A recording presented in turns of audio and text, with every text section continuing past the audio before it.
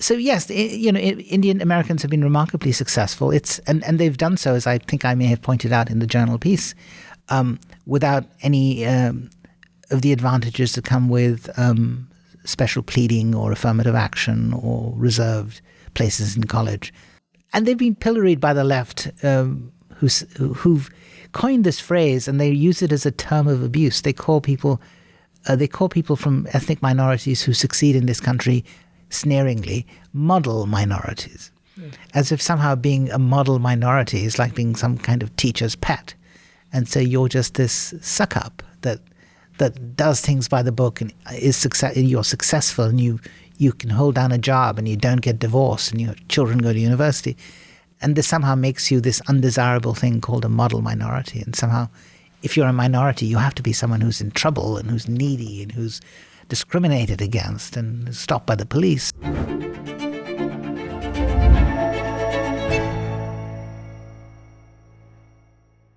Morning, Tunku. Morning, Larry. How are you?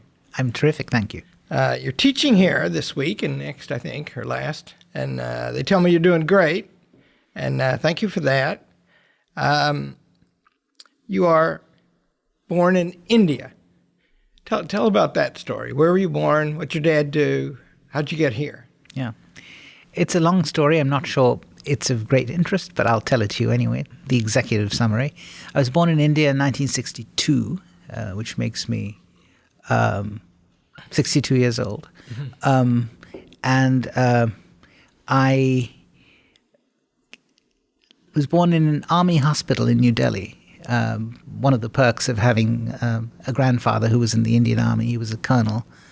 But within months of being born, I was whisked off to New York City because my father, who was then a diplomat, was posted to New York, and my young mother and young father and I came to New York and lived in Manhattan in 1963.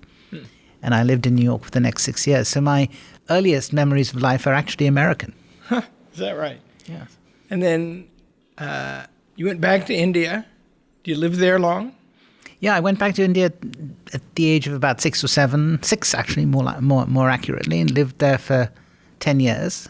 Went to a boarding school in the desert state of Rajasthan, which is on the western border with Pakistan. It's like it was a Spartan place. Think Oliver Twist, where kids are expected to wear turbans. Constantly hungry, constantly made to play sport, but taught by the finest teachers that were there in India at the time. Modelled on the British system of boarding schools, a bit of Eton in the Indian desert. And at the age of 16, my father was once again transferred on a diplomatic assignment to London. And we left with him, and I went to school to do what's called the A-levels, the 2 years before college, in a school called Dulwich College in London, whose most famous alumnus is P.G. Wodehouse. Oh, wow. Oh, that's good. Do you like P.G. Wodehouse? I love him, and one of the things I did almost every day, to the annoyance of the college librarian, was to go to the library and press my nose against the glass case there, which housed all his artifacts, including the typewriter that he used to type all his wonderful books on. Yeah.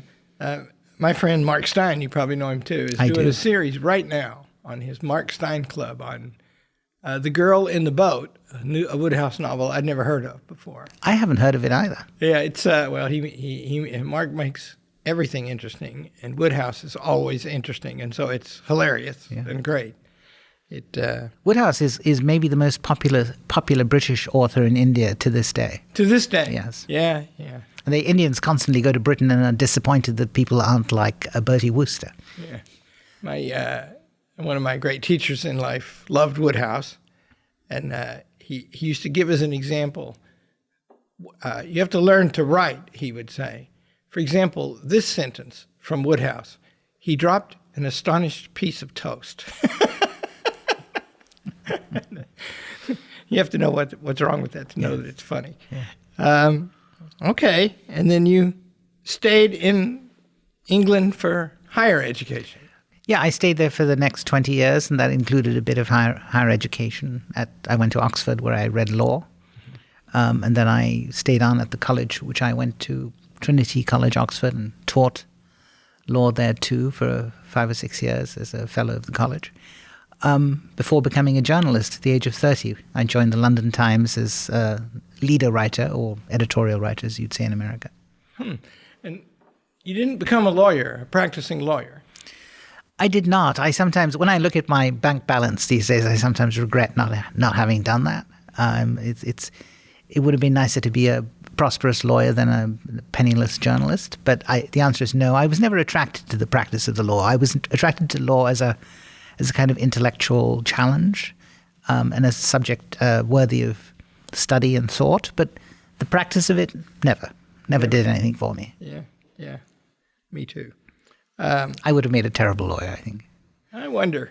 I will tell our listeners that I know Tunku pretty well and have a sense of his ways and manners. And he's an interesting mixture of insightfulness and gentlemanliness. Well, thank you. That means you don't put much past him. Right. And when he catches you doing something stupid, he's usually courteous about it. I think I would have lost my temper in court, and I don't think the judges would have liked that.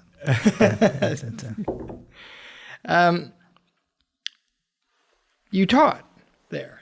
You taught law. Yes. And you have said to me, you miss teaching. You're going to do some of it here. I'm very proud to announce to the world. You're doing it now, but you're going to do some more, I think. And well, thank you. Yeah, I think I'd love that. I think you're good at that. Why journalism? What is journalism, and why do you like it? Yeah. Well, I stumbled into journalism by accident. I happened to meet and sit next to dinner, sit alongside the editor of my newspaper, and we ended up becoming friends, and I got a job at the Times of London.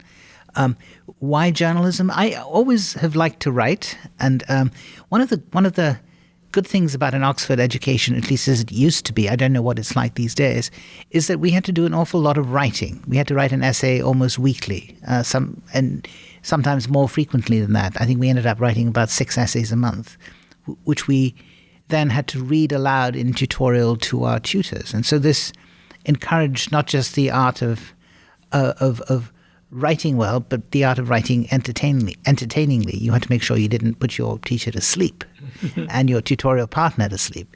And so I loved writing, and when I knew that I didn't ever want to practice law, and that teaching law at Oxford was something that it was losing a little bit of its charm for me. I wanted to go out and see the big wide world, and London was just an hour and a half away by bus, and so I decided at one point that I needed to leave and go to London, make some money, do something worldly instead of teaching Roman law to undergraduates.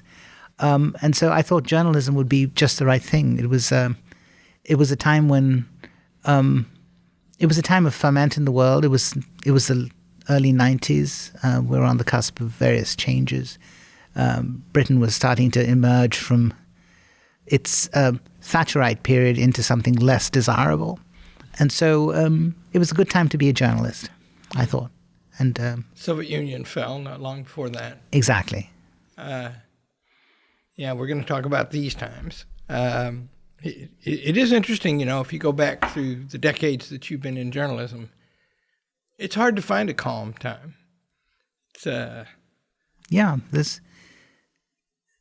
I think if I rack my brain, I find a calm time, but I don't think well, journalists don't like calm times. You want there to be something happening out there. You want people to be miserable. I mean that in the nicest possible way. But froth and ferment and turbulence are always much more interesting than placid waters. Mm. Well, you've come into the trade at a good time. And how did you get to the Wall Street Journal? Well, I was in New York as the London Times' bureau chief, and I'd done that job for 3 years. And when it was time to go back to London, because they like to rotate their journalists out of jobs, they don't want them to go native. It was time for me to go, and by then I had met and married an American woman. Her name is Amy, and parents are from North Carolina, and she did not want to, and actually could not move to London with me. So I had to decide whether to move back to London without her, which was obviously not an option, or to stay in New York and find another job. And fortunately, I had some connections to the late and great Robert Bartley, Friend of mine, yeah. one of the finest American journalists of all time. And he knew me and had some sense of my paltry abilities, and was kind enough to offer me a job on as an editor on the editorial page of the Wall Street Journal, and I started there in May of 2000.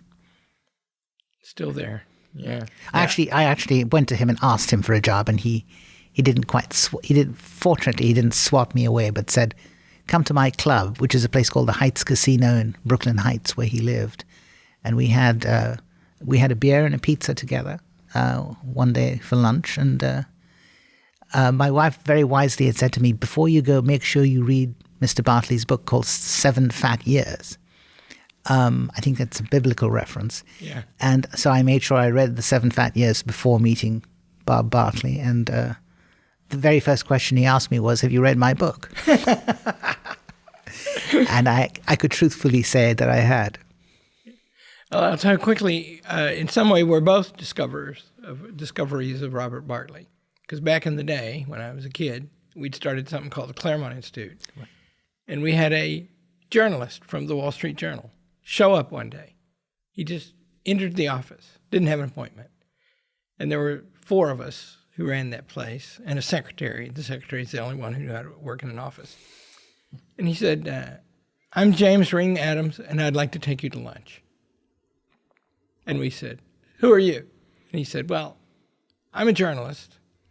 So he takes us to lunch, buys us all lunch. And the next week, there was a major editorial, the lead editorial for the editorial page, about us. And he checked us out. And he wrote it about an article that I had written. And it was just stunning. And that's how I got to know him. And I found out he was always on a lookout for talent. Remarkable man. I think the last event he ever did before he died of cancer was on a Hillsdale College cruise.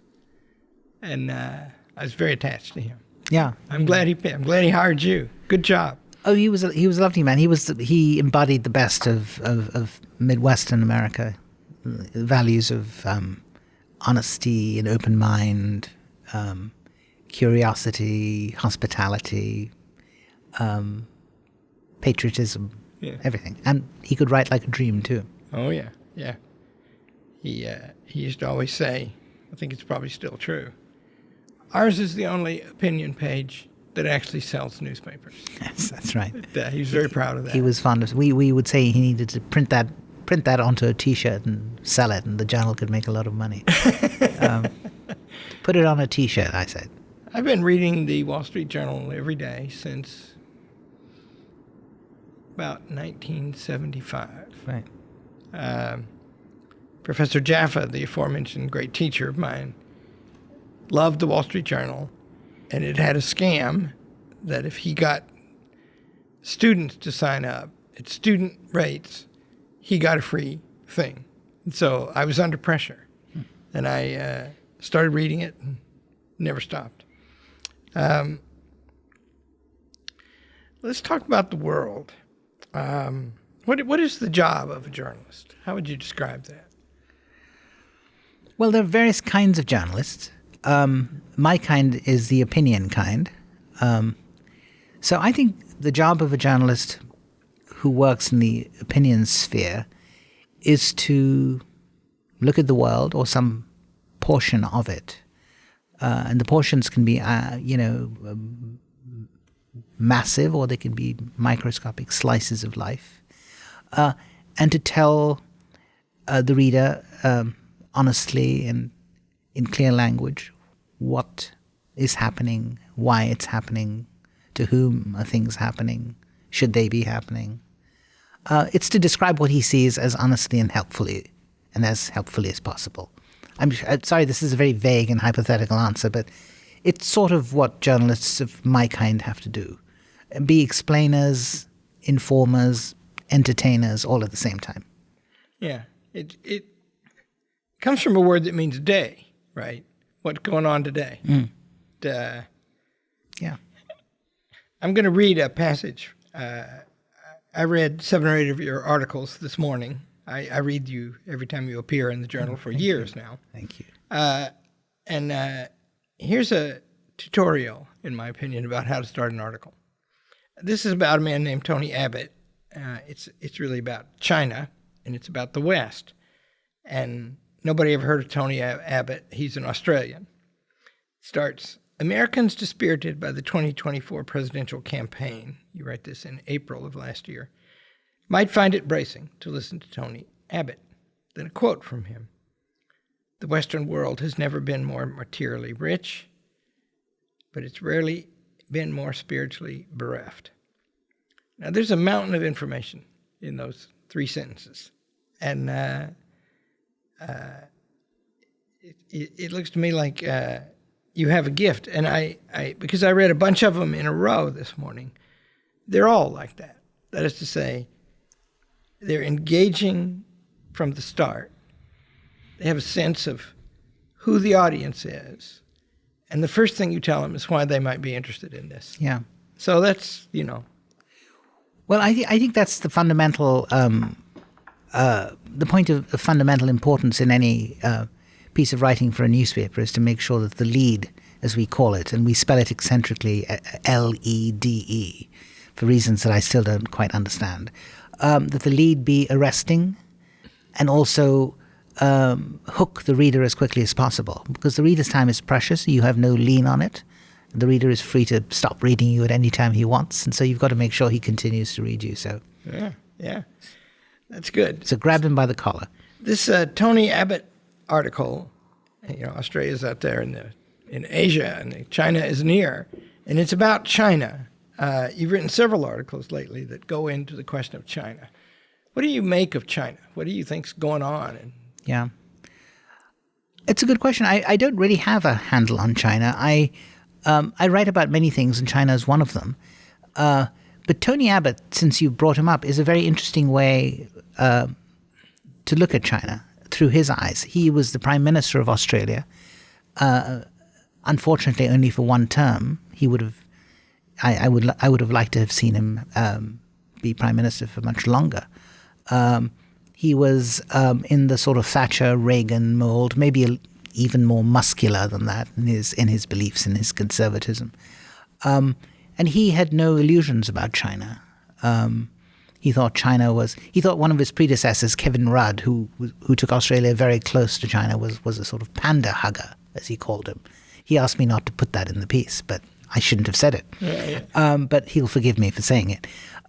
So he had no illusions about China. He thought of China as a threat, but not a threat that one can wish away. It's a threat that is in danger of consuming the world as we know it, supplanting our values as we know them, and yet something that we have to learn to live with. So he always felt, and this is the view that I subscribe to as well, which is that China has to be managed in ways that ensure that it doesn't endanger us, and also in ways that ensure that we don't sacrifice any of our fundamental values. We mustn't sell our souls in order to be on the right side of China. But we have to learn how to live with them. So China management, there should be a course in all colleges called China management. But that might be a course in strategy. And Tony Abbott would be a wonderful guest to have at Hillsdale, I would say. He would. What's he doing now? Do you know? He is. He's a sort of sage about. He's a sort of world trotting, globe trotting sage. He runs a think tank in Australia whose name escapes me.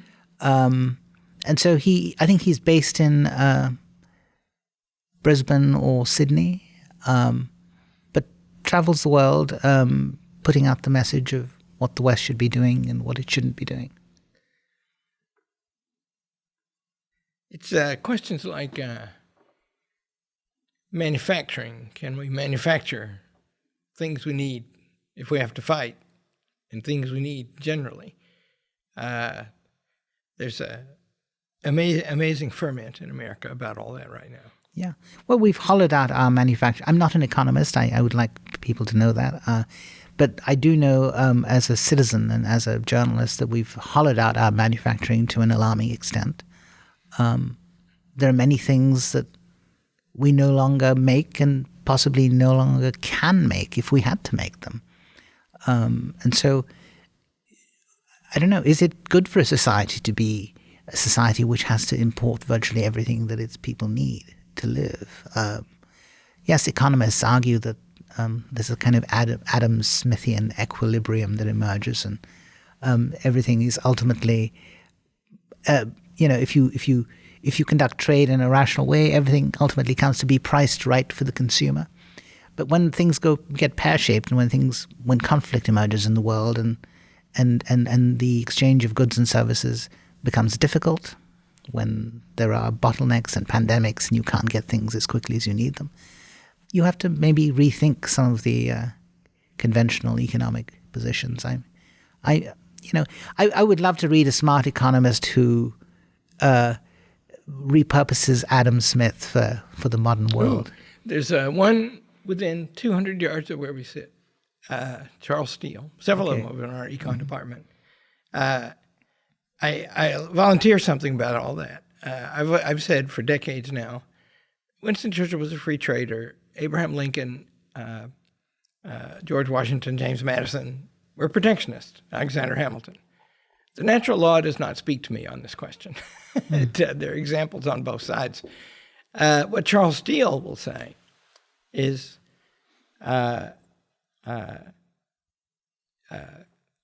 Smith himself explained that you have to make vital things for your country. You have to make sure of that. I was privileged to know Milton Friedman for more than 30 years. And it was a great thing to know him if you weren't his student, because he was very tough with his students. He was hilarious and mean and, great man, very great man. And we once talked for 2 hours about free trade. And I said, yeah, that's all dispositive, right? It's like the division of labor. If it's a good thing for somebody to make this cup and somebody else to make this microphone and then trade, then globally is obviously better. He'd say, so you got the point. And I'd say, yeah, I think we should extend it. We should get the Soviet Union to make our missiles and bombs because they're really good at it and seem to do it cheaper than we do. And he said, yeah, you can't do that. And I said, that's a mouthful, isn't it? There's some qualification on the principle of free trade by the existence of national borders. Yeah. And so, yeah, that's... Well, he was a great man, Milton Friedman. I had the opportunity. I used to be at the Hoover Institution where he was one of the presiding deities, and I remember interviewing him in one of the earliest weekend interviews that we did at the Wall Street Journal back in, it would have been 2006 or so. I had it was one of the interviews I did that I'm most proud of because it was a tough job. I sat down to interview Milton, and just as we were, getting into our stride, his door swings open, and his wife Rose walks in, who's also an economist and a very feisty old lady, and she then said, I see you're interviewing Milton. I'll just sit in the corner and listen. But she didn't do that. She sat in the corner and proceeded to interrupt every time Milton said something that she disagreed with. And so I ended up writing an interview that said an interview with Milton and Rose Friedman. I once sat beside her while he was giving a lecture, and she was talking quietly under her breath. Yes. And she would say something like, at one point, he was talking about sumptuary taxes on luxuries. And she goes, now mention cigarettes. And I could barely hear her. I was right next to him. And he goes, and The example of cigarettes, he says immediately. I think they might have just been one mind, those two. Yeah, no, they were. I think they wrote a book together called A Very Happy Couple or something like that. I can't remember the name, but that phrase captures it. And this interview, which was intended as an interview with an economist to be about economics and political economy, ended up being an interview that was a portrait of a marriage, and clearly that the chemistry between them, intellectual, was perfect. Yeah, they were two little short people. They were.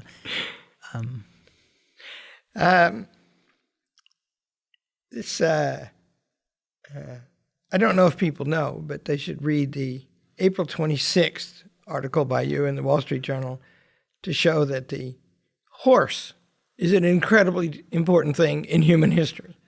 Something I didn't know.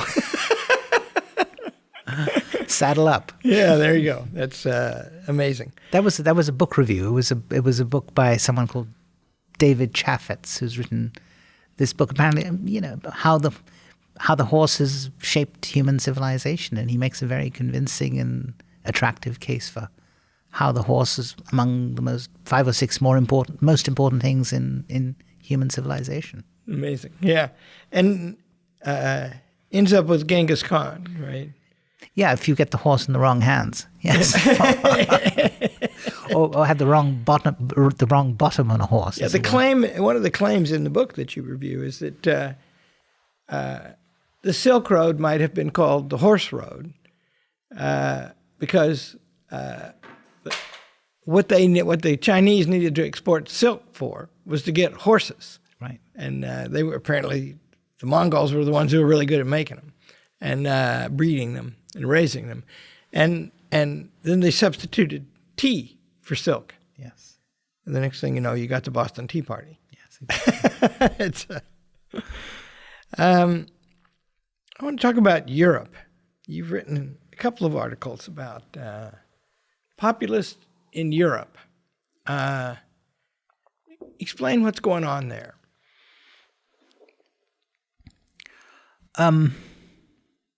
Well, a lot of things are happening in Europe, and some of them mirror the things that are happening in this country.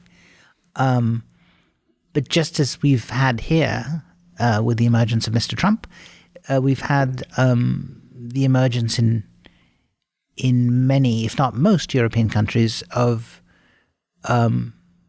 populist parties. Given the political arrangements there, they tend to be parties that emerge rather than figures, the way Mr. Trump has emerged as a figure here. I don't see him as a party person. But in Europe, you've had the emergence of populist parties, populist nationalist, populist conservative, call them what you will. The preferred phrase for the mainstream media has been to call them far-right or extreme-right parties, a phrase I try to avoid because even though they are often to the right of the conventional conservative parties, the phrase far-right or extreme-right is intended almost always to disqualify them as participants in polite society, as to typecast them somehow as disagreeable people with whom we shouldn't have any contact. I was recently in Berlin, where I met one of the senior leaders of the AfD, the Alternative for Germany, Alternative for Deutschland. And she was telling me, she was a woman called Beatrix von Storch. She should really, in another era, would have been a princess. She's a sign of one of the most distinguished royal houses in Germany. She is a senior member of the AfD, and she was describing to me how the German media anathematizes the AfD, how the German media shuns the AfD, how it begins by typecasting them as Nazis, and having done so makes them ineligible for polite society and discourse. And so shuts them out of all debate and conversation. And this is a party for which almost a quarter of the German electorate voted in the last election. If I'm not mistaken, they finished second in the vote count behind the Christian Democrats. Now, I'm not saying that there are no members of the AFD who are disagreeable and who are people we wouldn't want our daughters to bring home for dinner. But to say that because of the presence of a handful of Nazis in the AFD, or neo-Nazis, call them what you will, the entire party is somehow stigmatized and untouchable is all too convenient for people who want to continue to manage European politics and discourse in a particular preordained way. And so you have this situation. J.D. Vance spoke out against it at the Munich Security Conference, that it is startling to an American to see a political system that basically treats as outcasts a party that represents a quarter of the population. How can you describe something that is representing a quarter of the population as extreme? That means a quarter of your population is extreme. What does extreme even mean, and what does mainstream mean? Sorry, that was a long-winded answer. But in those proportional representation systems, the most popular parties might get a third. Yeah. So a quarter is a lot. A quarter is a lot. And we have some of that here too. Views censored on social media and in the big press. I've always thought, my affection for the newspaper you write for, which, like everybody, I don't regard anything else as wholly reliable, but it's the most. And I always thought, I think Bob Bartley understood this too, it's a place to go where you won't read the same thing you read everywhere else. Mm-hmm. And that the only you could achieve that effect by reading everything else and just writing something different, which is not what you do. He thought, go look at the phenomenon and describe it as it is, and don't worry what anybody else is saying about it. And your articles on, you got one on Nigel Farage in here, and Marine Le Pen has now been. Marine Le Pen is she the most popular politician in France? She might be. Well, I don't know where things stand now, but she is. She gave Macron a run for his money. She was one of two presidential candidates in the runoff. So that makes her, if not the most popular politician, then an undeniably significant one. And she's been convicted of a crime. And the crime is she used staff provided for the European Union when she was a member of the European Parliament for non-European Union tasks. And she's excluded from politics. So whatever percentage of the vote she got, they don't have her to vote for anymore. Yeah. I'm not familiar with all the details of the Marine Le Pen case. I've been in Hillsdale and busy teaching, but what does strike me as being all too convenient for the French political elites and the French quote unquote mainstream to find this lovely, wonderful technicality on which to disqualify the one politician that poses a threat to the status quo.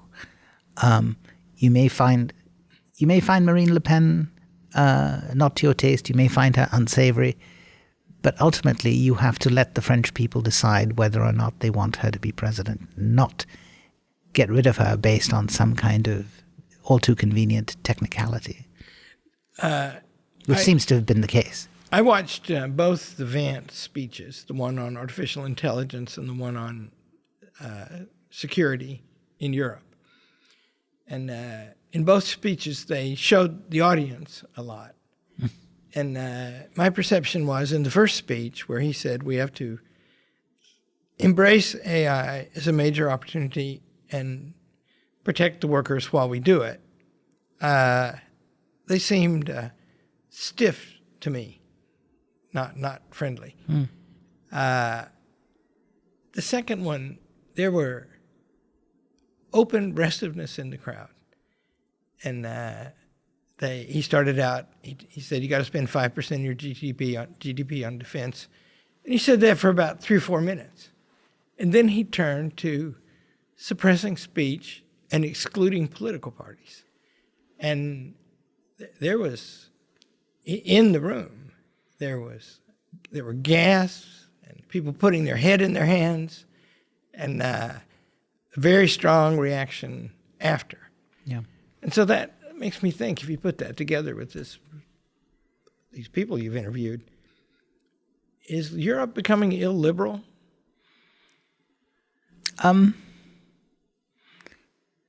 Well,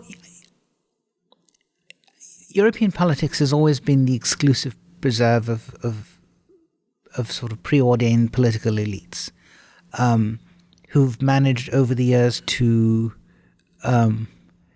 sort of domesticate the system and domesticate the horse, as it were, of politics, and make sure that it rides in one direction.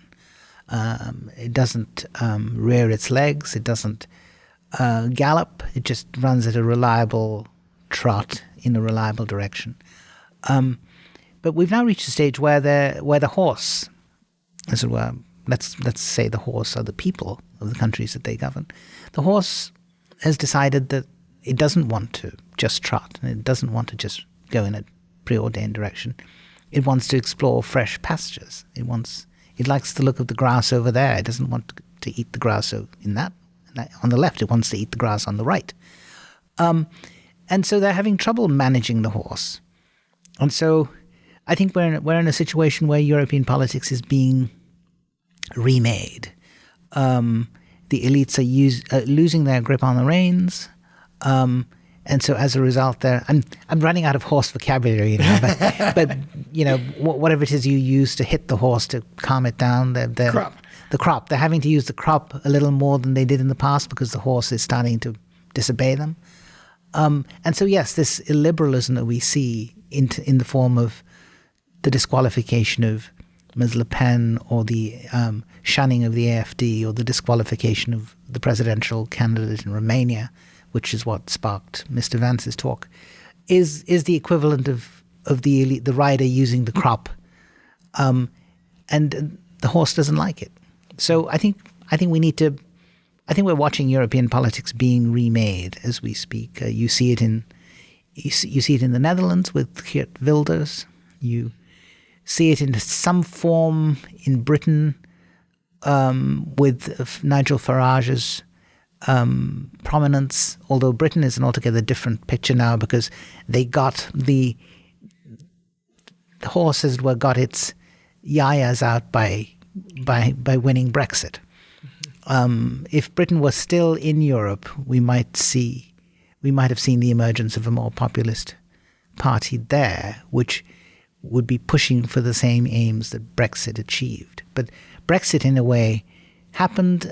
It ended up effectively killing off the Democratic Party, the Conservative Party, and because the Conservative Party, having delivered Brexit, was unsure of what to do with it, and they were unprepared for victory, and their heart didn't seem to be in concluding a deal with Europe that would have brought Britain what it had voted for. But to return to your original question, we're seeing a remaking of politics in Europe that will throw up surprises. I think we're going to see the emergence of new leaders who say uncomfortable things, things that we're not used to hearing. A bit like Mr. Trump here, who's saying things that Americans are not used to hearing. And it's a question of attuning your ear to new sounds and your heart to new disturbances. Decision pending. I wonder if you think it means in American politics, there's a fair amount of dysfunction. Yes. The government has enormous resources, state, federal, and local, more than ever, and it can't build the bridges, keep the military up to date, secure the streets. And in Europe, they're light years from being able to defend themselves. And Mr. Trump is confronting them with that problem, and one wonders, what are they going to do? So there's this dysfunction that seems to have spread everywhere. And meanwhile, China seems very strong and growing. Does that mean that there's been some disproof of the Western liberal forms? Well, I'm not sure about that, but I know that Messrs. Trump and Vance, in insisting to Europe that they fulfill their spending obligations under the NATO treaty, and sometimes even to exceed those obligations, have, I think, helped or caused the European mind to concentrate on the task. You've seen the Germans, for instance, are beginning to realize that they need to do something about defense spending, and so they even went to the extent of remaking, lifting the brake on spending to allow going into debt for defense spending. It was one of the things. I don't know whether they finally pulled it off, but they are taking every legal measure and constitutional measure possible to increase spending so that they can meet their NATO obligations, because the incoming chancellor, or the presumptive incoming chancellor, Mr. Merz, I think understands, however obtuse he may be, and I do think he is obtuse, understands that the days of free riding on the United States are probably over. And that the Germans, if they wish to defend themselves, and it's not entirely clear always that the Germans wish to defend themselves, because they've been caught in this kind of cozy condition for a generation or longer, where their defense needs have been taken care of by Mama America, and have been able to spend their own largesse on building what is a very comfortable welfare state. But I think they're now realizing that all this their way of life and their way of spending is threatened. But you have examples. The Poles already meet the obligations. But I think Europeans in general will have arrived at a time of reckoning. I think they know that they either defend themselves with their own money, or they leave themselves vulnerable to attack from, I guess, Russia is the country that we feel is the greatest threat to them. But yeah, it's all part of the remaking of European politics. Immigration plays into this in big ways. What do you make of that? Why is it an acute issue, and what do you think will happen? In Europe or worldwide? It's kind of worldwide, isn't it? Yeah, I think immigration is a big problem. I think it's a bigger problem in Europe than it is in the United States. I think the U.S. clearly does have its problem with illegal immigration, but it's a bigger country than any European country. It has much better absorptive capacities demographically. It has more place in which to put people, in other words. And many of the immigrants who are coming to America from the biggest liability of many of the immigrants coming to America from the southern countries, Mexico, Guatemala, Nicaragua, etc., are that they are poor, unskilled, and speak a different language. But for the most part, culturally, they're Christian. So they are ultimately assimilable in this society. Once they learn English, once they acquire skills, once they learn how to do things, pay taxes, not commit crime, and live life in something resembling the American way, they are ultimately assimilable. Yes, in their midst come various bad guys like the Tren de Aragua from Venezuela and various criminal syndicates. But for the most part, these are just desperate poor people who are coming for a better life, coming the wrong way. They shouldn't be breaking the law and coming to this country, but we know why they're coming.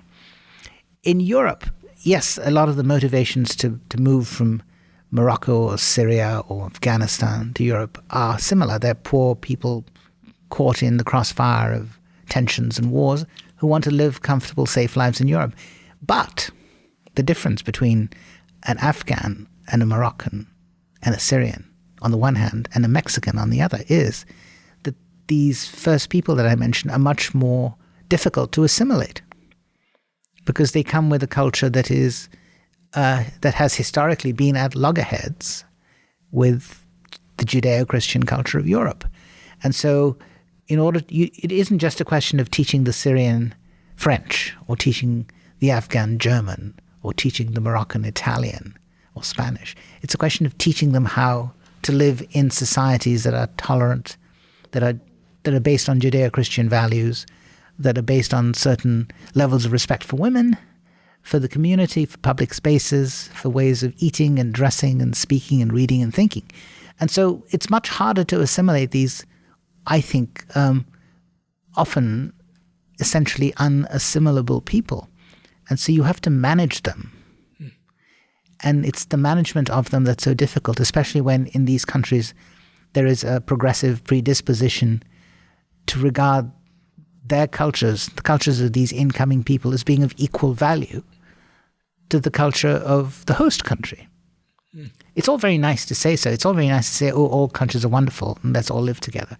But it doesn't work out that way in real life. And some cultures are not of equal value to others.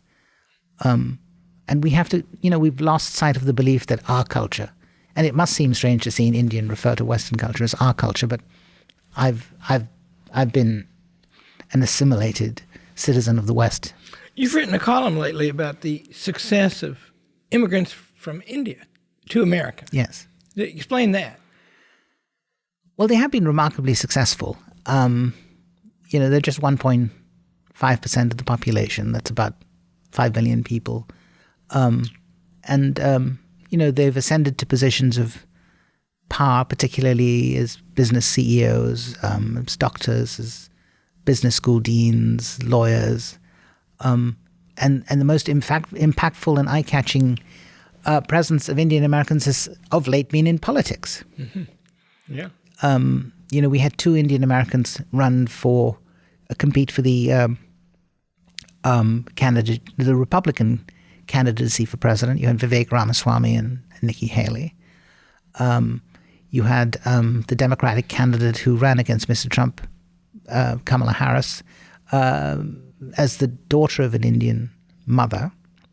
I know she positioned herself publicly as an African American, but she's the child of an Indian mother, and she was raised almost exclusively by that Indian mother, and had quite an Indian upbringing until it became politically expedient for her to rebrand herself, and who can blame her there?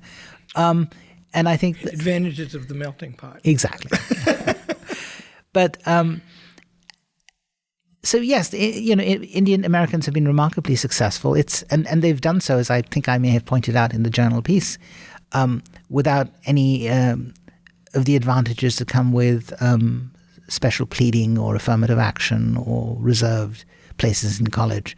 In fact, until the Supreme Court ruling on the affirmative action case, it was probably a disadvantage to be an Indian applicant to an Ivy League school, the same way it was a disadvantage to be a Chinese applicant. So yes, I think it's and they've assimilated better than others. They've maintained the core of their own culture, but they've also learned that in order to be successful in America, you have to play by America's rules, speak America's language, not necessarily eat America's food. I still applaud them for eating Indian food at home, but I think they've been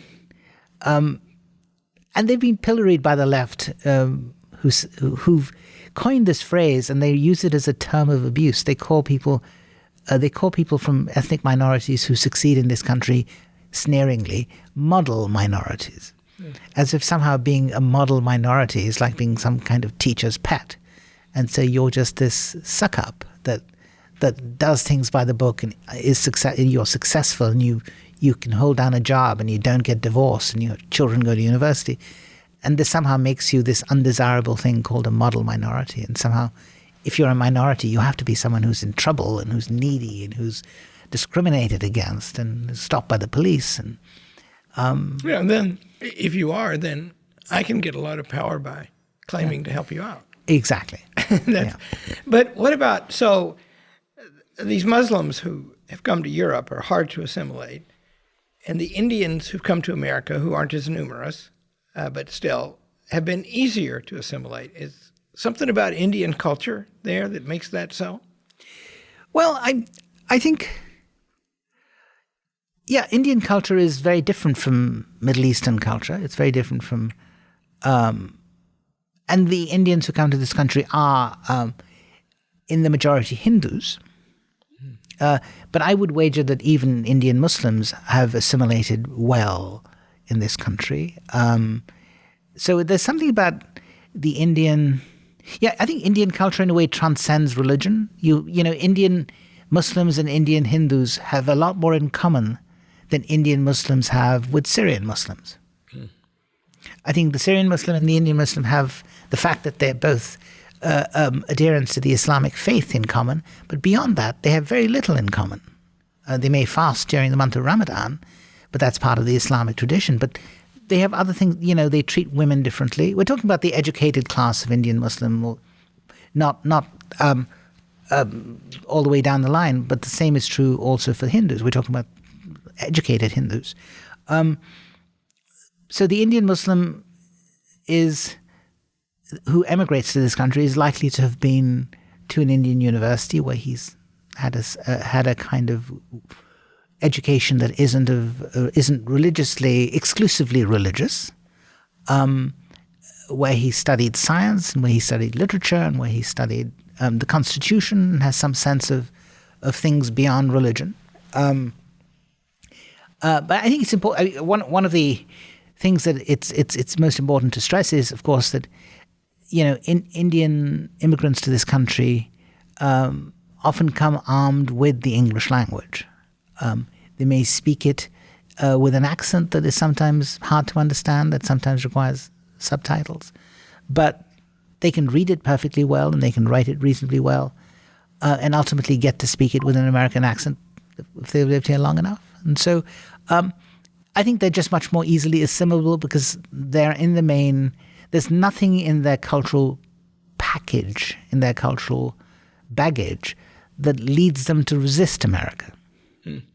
They're not inherent resistors the way that a Moroccan immigrant to Germany would be an inherent resistor. He'd worry about his daughter going to school. He'd worry about his wife going to the market by herself. He'd worry about the way people dress. And whether, he'd worry about all the fundamental things that German citizens do that would require him to assimilate to norms that are inimical or hostile to his own norms. Indian immigrants in the United States don't have those problems in the main.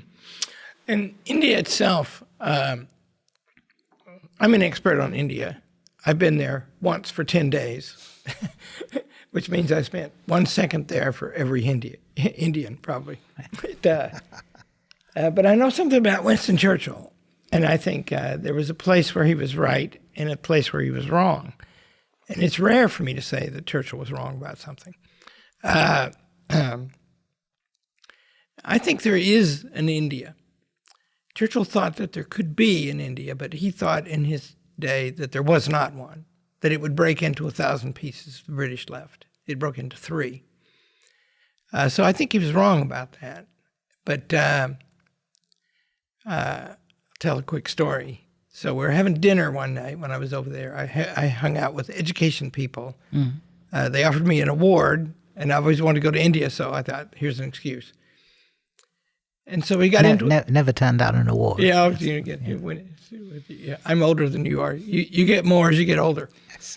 But we're sitting around dinner, and of course, everybody is terribly courteous. India's a charming place. Very different, too. But my hostess, in a very charming way, said, Winston Churchill starved to death 3.5 million people in Bengal in the Second World War.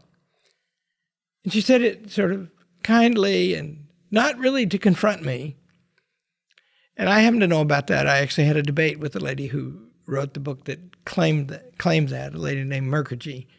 And she's just wrong about every basic fact.